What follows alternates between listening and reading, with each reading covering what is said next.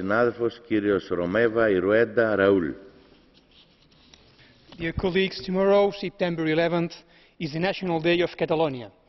Thousands of people will be in the streets with a clear demand that Catalonia become a state integrated into the European Union. This is a public outcry that has bypassed by far the political parties to become a general demand. Hundreds of senyeres, the Catalan flags, will march alongside the European flags. The state model that emerged after 40 years of Francoism is perceived as exhausted. The EU should step up and assume that there are new social and national realities in this dynamic project that insist on an accommodation different than the current one. Many of the people who will be tomorrow on the street had not felt the need to make this demand before, and yet tomorrow they will join a demonstration that is expected to be massive and peaceful.